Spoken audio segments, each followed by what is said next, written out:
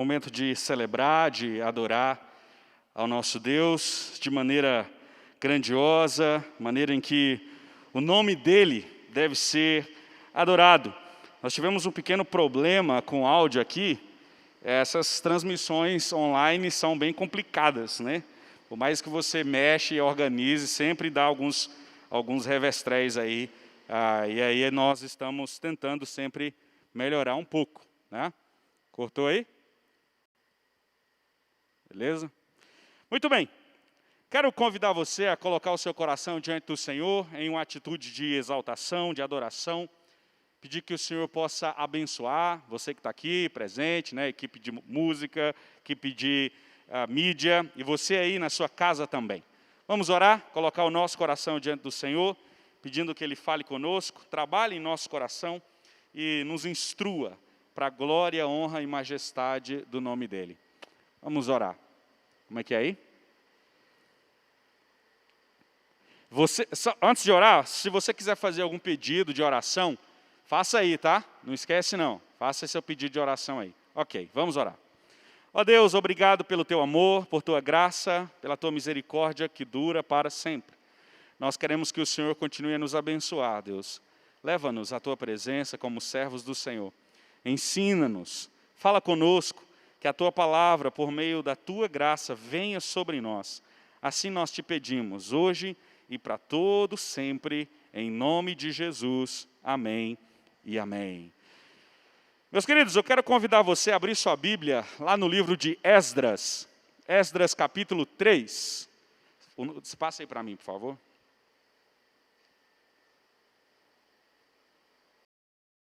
Esdras capítulo 3. Do versículo 1 ao versículo 13, Esdras, capítulo 3, versículo 1 ao versículo 13.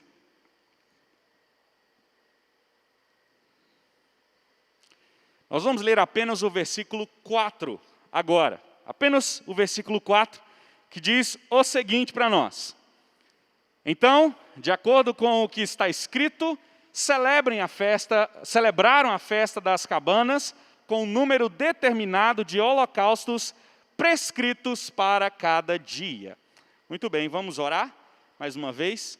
Pedir que Deus derrame graça e paz sobre nós. Vamos orar? Ó Deus, obrigado pelo Teu amor, porque o Senhor é santo, o Senhor vive para sempre, o Senhor reina absoluto. Ó Pai, cuida de nós, leva-nos à Tua presença. Queremos que o Senhor fale conosco. Sabemos que nós somos falhos, nós somos pequenos, mas a Tua palavra é grande e eficaz a nós. Por isso, cuida de nós e encha-nos com Tua graça. Assim te louvamos, em nome de Jesus. Amém e amém. Queria que você assistisse comigo um vídeo falando sobre a nossa satisfação em Deus. Preste atenção nisso daí.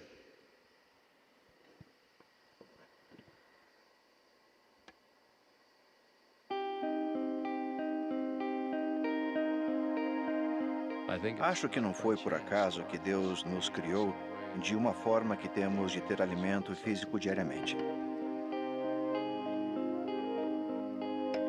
Os filhos de Israel saíram do Egito e viveram por 40 anos, aproximadamente, de algo chamado maná. Eles não podiam viver da caça e seu estilo de vida era tal que não conseguiam plantar. Assim, não tinham realmente alternativa. Deus estava, em essência, fornecendo diariamente o alimento deles. E acho que, pelo menos, um de seus propósitos era ensiná-los a lembrar-se dele, pensar nele, buscar por ele, ter fé nele. E ele era a fonte da vida. Ele fez isso de uma maneira que fosse algo diário. Eles não podiam recolher o maná e armazená-lo. Ele durava só por um dia. Eles não podiam esquecer quem era a fonte de suas bênçãos. Existe um paralelo espiritual em nossos dias. Todos nós reconhecemos a necessidade de alimento físico. A fome e a sede nos lembram muito disso se esquecermos. Mas a necessidade espiritual de alimento é igualmente forte. Ela não vem de beber água ou comer, mas de nossos esforços diários e constantes de comunhão com Deus. Não devemos pensar que podemos sobreviver semanas e meses sem alimento espiritual e não sofrer, não ter uma influência negativa em nossa vida espiritual. Reconhecer a realidade de nossa necessidade diária do maná ou de sermos ministrados espiritualmente ajuda-nos a aumentar nossa coragem de fazer a coisa certa e de servir aos outros, mais do que teríamos se ignorássemos a Deus. Às vezes as pessoas pensam, essas coisas são tão pequenas, oração, estudar as Escrituras, ponderar, meditar. Como elas podem realmente produzir uma diferença significativa na vida de uma pessoa? Mas produzem. Por mais insignificantes que essas coisas possam parecer, como a rotina diária às vezes parece, elas são o tipo de coisas que nos transformam no dia a dia.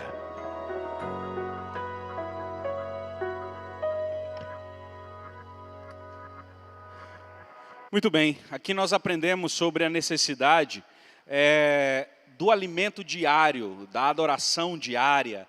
É interessante porque em tempos difíceis, nós, via de regra, temos dificuldade em adorar. E aí a grande questão é como é que a gente faz isso, mesmo em tempos difíceis? Como que nós conseguimos adorar, mesmo em tempos difíceis? Essa é a pergunta que você precisa fazer.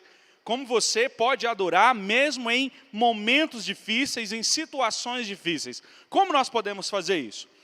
Quando nós olhamos para o que está acontecendo aqui, é bom que você esteja situado dentro aqui da perspectiva que nós temos com relação à questão de onde o livro de Esdras está e como essas coisas estão sendo aí colocadas. Então, preste atenção.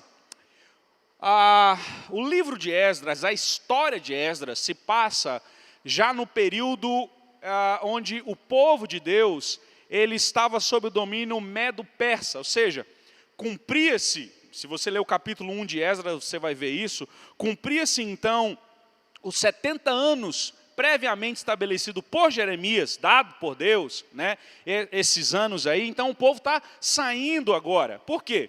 Em 538, 539, é quando o povo medo-persa toma conta e conquista a Babilônia. Já um ano depois, pouco tempo depois, nós temos então a primeira volta do povo, e aí volta Esdras. Portanto, o livro de Esdras está exatamente na primeira leva do povo. É nesse processo todo que nós temos alguns livros sendo escritos, né? ou a história de alguns livros, como, por exemplo, o livro de 1ª e 2ª Crônicas, Esdras, Neemias, e depois o livro de Esté, como eu falei, inclusive, na semana passada. Agora, o que está acontecendo aqui? Quem de fato escreveu esse livro, que foi escrito no tempo em que o povo voltou? É a primeira leva, o povo tinha ido embora para a Babilônia, a primeira leva, o primeiro grupo volta. E como é que esse homem escreve tudo isso e o que está acontecendo aí? Preste atenção nesse pequeno vídeo ilustrativo aí também. O livro foi escrito por Esdras, um sacerdote que descendia de Arão. Esdras era um homem de fé que estudava bastante as Escrituras. Por ser sacerdote, ele ensinava a palavra de Deus às pessoas. Ele era também um copista habilidoso, um serviço que exigia muita atenção a detalhes. O relato de Esdras começa exatamente onde o livro de 2ª Crônicas termina, logo após os judeus saírem do exílio em Babilônia. Foi escrito por volta de 460 antes da Era Comum em Jerusalém. O livro de Esdras tem 10 capítulos. Os capítulos 1 a 6 falam de quando um pequeno grupo de judeus voltou a Jerusalém. Em 537 antes da Era Comum, eles reconstruíram o altar e realizaram a festividade das barracas, finalizando 70 anos de desolação. No ano seguinte, os judeus fizeram o alicerce do templo. Por causa de inimigos, a obra foi interrompida por um tempo e ficou pronta em 515 antes da Era Comum. Ou seja, onde nós estamos aqui, nessa parte onde o povo lançou os alicerces do templo. Passa aí para mim, Natan, por favor. Onde o povo lançou os alicerces do templo. Então, o capítulo 1, capítulo 2, capítulo 3 é exatamente nesse período aí, nesse período aí, onde o povo de Deus tinha acabado de lançar os alicerces. Só que tem um pequeno problema aí. Qual é o problema? O problema é que eles precisam continuar em adoração, eles precisam continuar celebrando a Deus, mas eles estão com medo, eles estão com dificuldade, eles estão com medo de construir um novo altar, um novo templo, e as pessoas, os vizinhos deles, aqueles que eram inimigos dele, como de fato aconteceu, pudessem vir contra eles e trazer ali alguns problemas graves. E aqui, nesse capítulo 3, nós vemos o povo adorando, mesmo em tempo difícil. E é sobre isso que eu gostaria de convidar você a entender como adorar, ou adorando em tempos difíceis, né? Como nós podemos adorar em tempos difíceis, como adorar em tempos complicados. Essa é a ideia que nós precisamos aprender nessa noite. Queria dar aqui duas coisas, como você vai adorar em tempos difíceis. Só uma questão rápida para o pessoal que está assistindo a gente pela internet. Está tendo um travamento mesmo com relação à internet, tá? Então, creio eu que deve ser algum processo, às vezes, da própria internet mesmo, tá? Então, tenham paciência aí, vamos tentar cultuar da melhor forma e da melhor maneira possível, mesmo com esses pequenos travamentos aí, tá bom? Muito bem, olhando para esse momento aqui, nós aprendemos duas coisas de como nós podemos adorar, mesmo em tempos difíceis, adorando em tempos difíceis, como nós podemos fazer isso aí, né? Como nós podemos adorar em tempos difíceis. Primeira coisa que eu e você precisamos aprender à luz desse texto, para adorarmos em tempos difíceis. O que nós podemos organizar, o que nós podemos fazer? Em primeiro lugar, para que nós adoremos em tempos difíceis, é necessário que nós voltemos para a palavra.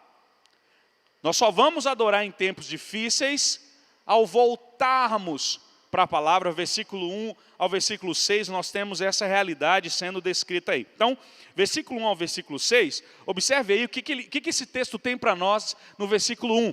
Ele diz assim, olha, quando chegou o 7º mês e os israelitas já estavam em suas casas, perceba, o povo se reuniu como um só homem. Ou seja, o povo todo se reúne agora, o povo já está ali, eles estão querendo aprender, eles estão querendo ouvir, eles estão sedentos pela verdade de Deus, e agora, nesse momento, o povo se reúne, todo mundo, numa visão só, voltando-se agora para adorar. E qual é a métrica, qual é o modelo, o que eles seguem para adorar nesse tempo difícil, nesse momento complicado? Olha o versículo 2. O texto diz assim, então Jesua, filho de Josabade, seus colegas, os sacerdotes, Zorobabel, filho de Sealtiel, e seus companheiros começaram a construir o altar de Israel para nele sacrificarem. E qual era o padrão? O texto diz,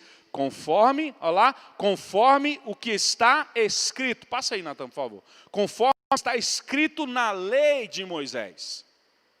Conforme o que está escrito na lei de Moisés. Ou seja, eles não construíram, eles não adoraram conforme a ideia deles. Isso aqui é extremamente importante, nós pensarmos nos tempos difíceis. Porque nós estamos aqui, muitos, adorando ou tentando celebrar a Deus pela internet, ainda com esses travamentos todos aí, né? Então, a gente está tentando adorar a Deus. E às vezes a gente vai colocando alguns padrões e algumas regras para adoração. Não tem problema, eu vou cultuar a Deus aqui em casa mesmo, do jeito que eu quiser, né, da maneira que eu quiser, mas não funciona assim. Existe uma regra, um padrão, uma forma pela qual nós temos que adorar o Senhor, e essa regra quem dá é a palavra. Não é a nossa mente, não é a nossa própria filosofia, mas é a própria palavra. Observe então, o que o texto agora no versículo 3 vai dizer? Focado na palavra, eles começam a construir o altar do Senhor, conforme as Escrituras, e o texto diz, apesar do receio que tinham, de quê? Dos povos ao redor. Percebe que a adoração deles é em meio a um tempo complicado, é em meio a um tempo difícil, complexo, mas eles, regidos pela palavra, mesmo com medo, desenvolve o processo de construção e adoração numa só força, numa só perspectiva. Olha só, o texto continua dizendo, construíram o altar sobre a sua base e nele sacrificaram holocaustos ao Senhor, tanto os sacrifícios da manhã como os da tarde. Ou seja, baseado na Escritura, eles lançam os fundamentos do altar, focados agora na adoração, pautada na Escritura. E o texto continua dizendo para nós o seguinte, verso 4, vai lá, Natan. Então, de acordo, perceba aí, de acordo com o que está escrito. De acordo com o que está escrito, eles celebraram. Nós não podemos celebrar conforme nossas próprias perspectivas, mas o modelo, o padrão para celebrarmos é o próprio Deus, é a Escritura Sagrada. É isso que o texto ele vem trazendo para nós. E eles fazem isso, celebraram as festas conforme havia sido determinado. Passa aí, Natan. Conforme havia sido determinado para cada dia, ou seja, pautado na Escritura. Esse povo está vivendo uma situação difícil, mas eles não adoram conforme eles querem.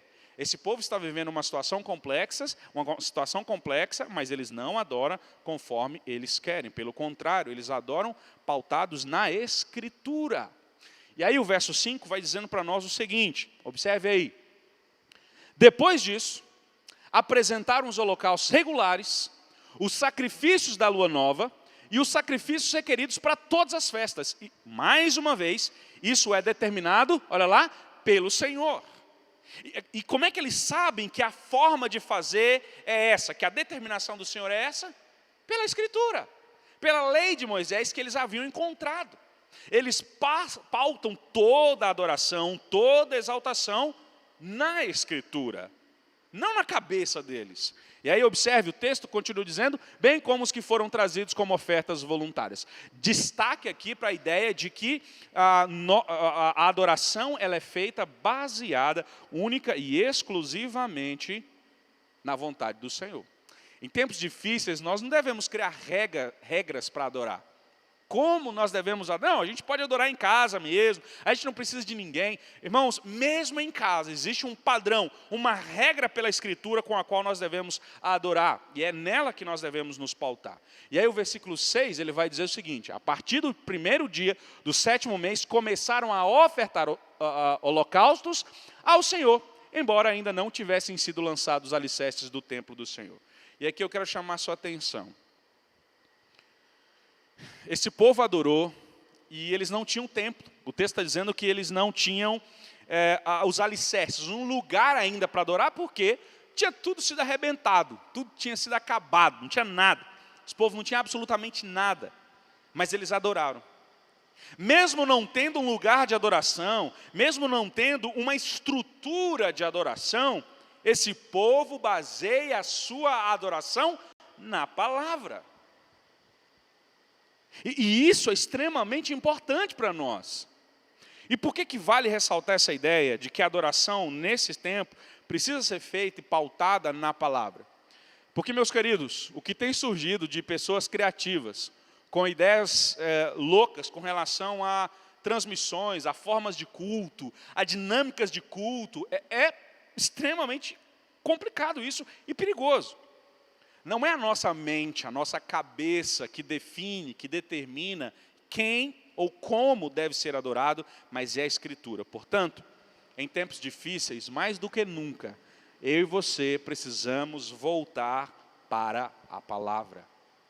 Precisamos voltar para a palavra. Ler mais do que nunca, para descobrir qual é a forma correta. Por exemplo, quando a Bíblia fala sobre a perspectiva da oração, ela nos convoca a ter momentos em que nós vamos para o nosso quarto, falemos com Deus, gastemos tempo com Ele, gastemos um momento de exaltá-lo, de colocar as nossas angústias diante dEle.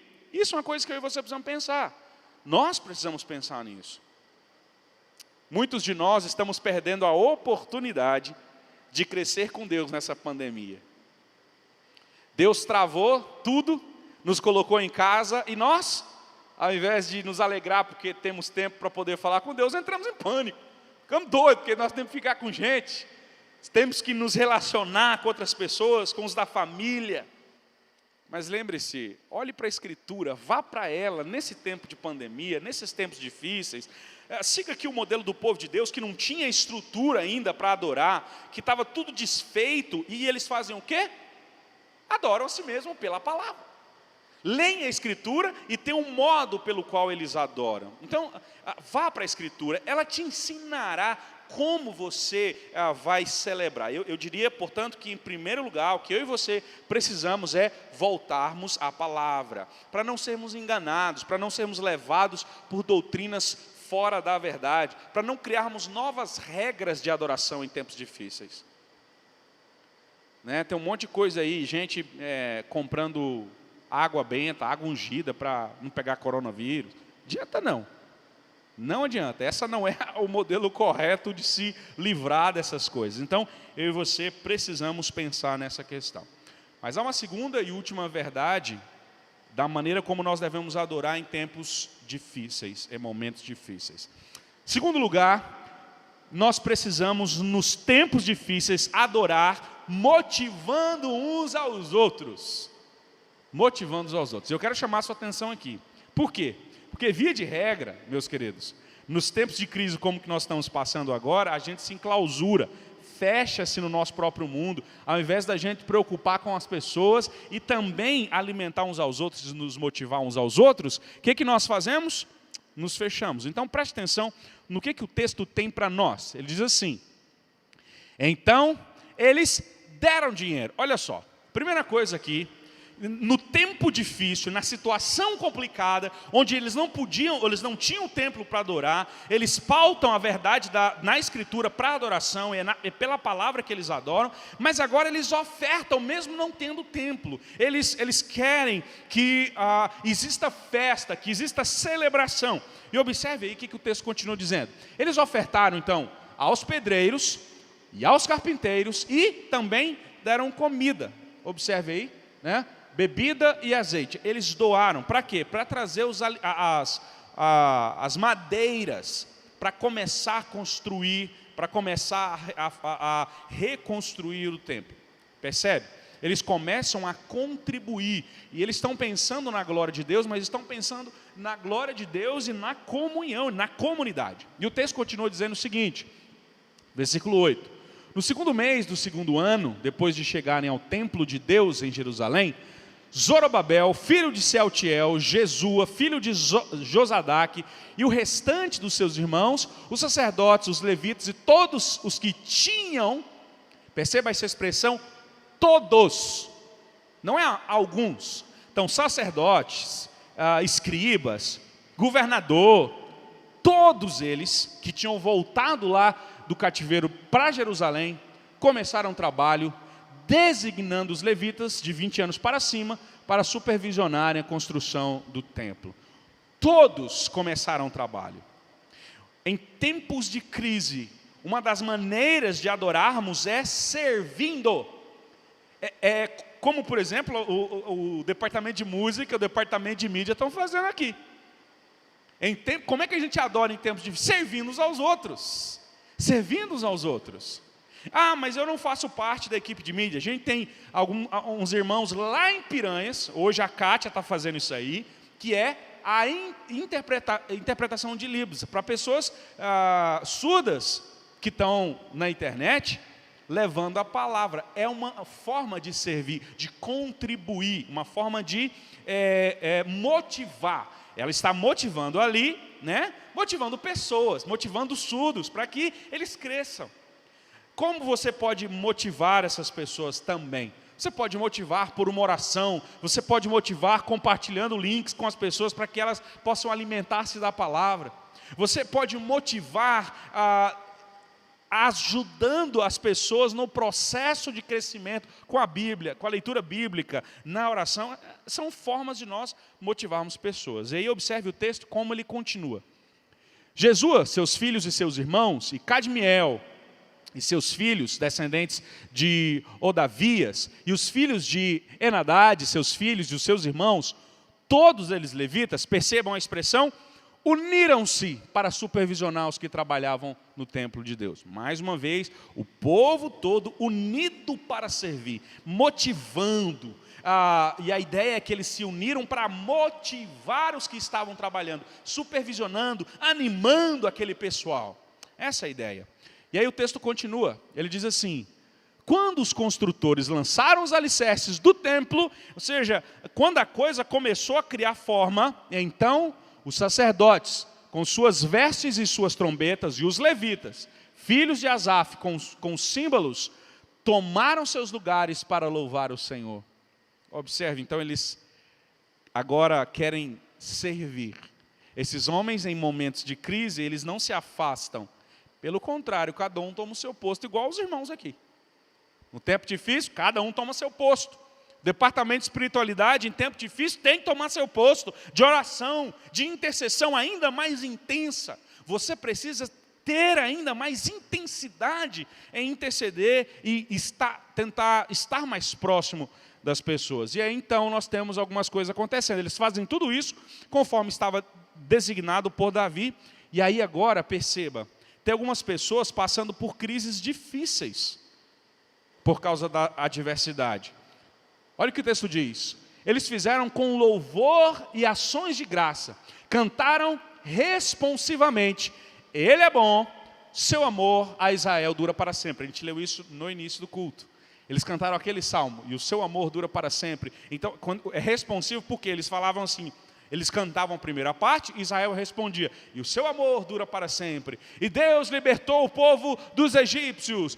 E a igreja respondia, e o seu amor dura para sempre. Por isso é uma dinâmica de resposta. Isso é um ato motivacional. Eles estão celebrando a Deus, mas convocando a igreja para celebrar. Motivando o coração uns dos outros. E aí nós temos o texto dizendo, e todo o povo louvou ao Senhor em alta voz. Percebe? Esses levitas, sacerdotes, eles ali num tempo de complicação, um momento difícil para eles, em tempos difíceis eles adoram motivando uns aos outros. De maneira que todo o povo celebrou, todo o povo adorou. Por quê? Porque eles haviam lançado os alicerces do templo. Só que aí tinha uma galera mais velha, que viu o templo antigo, que agora, ao invés de se alegrar, passa por crise. Aquele pessoal que está acostumado a vir aos cultos todo domingo, e agora não pode mais. Perceba o que esse texto diz, como eles sofrem com isso. E o texto diz, mas muitos dos sacerdotes, dos levitas e dos líderes de família, que eram mais velhos, e que tinham visto o antigo templo, choraram em alta voz, quando viram o lançamento do alicerce desse. Por quê? Porque esse era bem menor. Ou melhor, a dinâmica de como tinha sido construído o primeiro é bem diferente da dinâmica de como é construído o segundo templo. Muitos, porém, gritavam de alegria. Percebe? Existem aqueles que choram e aqueles que se alegram, mas nós precisamos nos animar mutuamente. E o versículo 13 termina dizendo o seguinte: não era possível distinguir entre o som dos gritos de alegria e o som do choro. Por quê? Porque estava uma movimentação só, um barulho enorme, e o som foi ouvido a grande distância. O ponto aqui é que existem aqueles que sofrem grandemente, e existem aqueles que Deus levanta para motivar. Nós devemos caminhar em direção aos outros, motivando uns aos outros, animando uns aos outros. Se existem aqueles que choram, existem aqueles que passam por dificuldades, nós precisamos animá-los, fortificá-los, pedindo a graça de Deus sobre a vida deles, pedindo que o Senhor derrame paz, graça, alegria sobre a vida deles. E eu queria terminar convocando você, aplicando algumas questões para a minha vida, para a sua vida. Preste atenção nisso aí. Primeiro, aprenda a adorar além das situações. Eu e você precisamos aprender a adorar o Senhor além das dificuldades ou das coisas boas. Nós precisamos aprender a adorar o Senhor mesmo em tempos de dificuldade. Segunda coisa que eu quero dar como dica para você: ligue para os seus irmãos e ore com eles. Anime-os no Senhor, anime-os, fortifique a vida deles. Ao invés de você ficar só, vai ligando um para o outro aí, anima o coração deles. Peça a graça de Deus sobre a vida deles. Isso é extremamente importante. Anime uns aos outros. Terceira coisa, apegue-se ainda mais à leitura e à oração. Vá para a Escritura. Vá para a Escritura. Leia mais ainda, ore mais ainda, alimente-se mais ainda da Escritura Sagrada. Finalmente, olhe para a cruz de Cristo e celebre. Esse povo celebrou quando eles viram o templo, o alicerce sendo lançado. Nós celebramos porque a cruz de Cristo foi efetivada, porque Cristo morreu e ressuscitou. A graça foi grandemente colocada em nós. Por isso celebramos. Em tempos difíceis, vá para a Escritura para que você tenha uma adoração correta. E segundo, adore a Deus motivando uns aos outros. É isso que nós precisamos ter em tempos difíceis. Eu queria nesse momento orar a Deus pela vida das pessoas. Nós queremos mais uma vez pedir desculpas porque realmente hoje nós tivemos muita dificuldade com relação ao travamento aí da transmissão, né? A gente chega até cedo aqui, né? Eu chego aqui 5 horas para poder não dar esses problemas, mas internet, sabe como é, né? Vamos orar por algumas pessoas. Juceni pede oração por ela, por sua família, por seus filhos Aleph e Mateus, por seu neto Pietro e por sua nora Raquel e seu esposo Adão. Nós vamos orar por eles, né? A Sula também pede oração para o Jones, que está com hepatite B e cirrose. Orar para que Deus possa sustentar a vida dele, sustentar sua família, dando força e alegria. O Adeilton pede oração por sua irmã Adelina, que vai se submeter a uma cirurgia bem delicada. Vamos orar? Vamos ficar de pé aí, irmão, vocês estão aqui? Vamos orar por essas pessoas, pedindo a graça de Deus sobre a vida deles.